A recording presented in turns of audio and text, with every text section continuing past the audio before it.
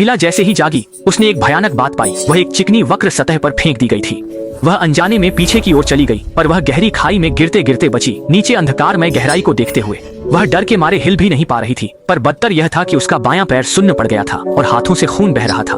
कुछ देर शांत रहने के बाद उसने आसपास देखा तो पाया कि नीचे अथाह गहराई है।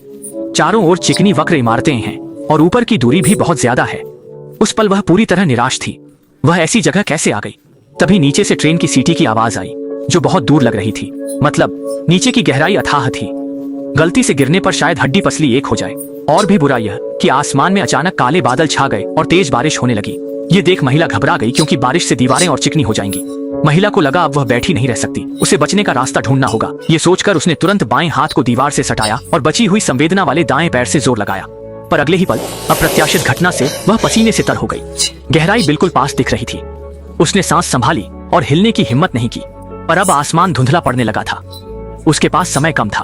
खून से लथपथ हाथ देखकर उसे लगा ऊपर चढ़ने के लिए घर्षण बढ़ाना होगा। ऐसा सोचकर उसने हथेलियों को कपड़ों पर रगड़कर सुखाया। फिर खून जमाने के लिए उन पर फूंक मारी, ताकि हथेलियों और दीवार के बीच घर्षण बढ़े। ये सब करने के बाद महिला ने गहरी सांस ली, दोनों हाथों से दीवार को मजबूती से पकड़ा और फिर से कोशिश की। बिना अनुमति के इसका कवर या इस्तेमाल नहीं किया जा सकता। सौभाग्य से इस बार वह सफल हुई, जिससे महिला को आशा की किरण दिखी।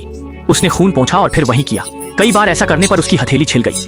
तभी उसने देखा कि सामने की दीवार पर खूनी हाथों के निशान थे। उसे लगा यह भ्रम है, पर आंखें बंद करके खोलने पर भी वे निशान वहीं थे।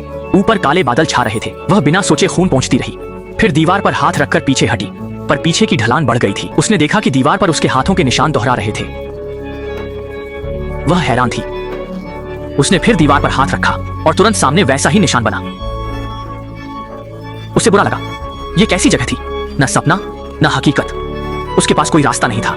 वह कोशिश करती रही, पर ढलान बढ़ती गई, कुछ नहीं कर पाई। तभी आसमान में गड़गड़ाहट हुई और वह डर गई। उसे डर था कि बारिश होगी, और वैसा ही हुआ। तेज बारिश शुरू हो गई। बारिश से दीवार और फिसलन हो गई।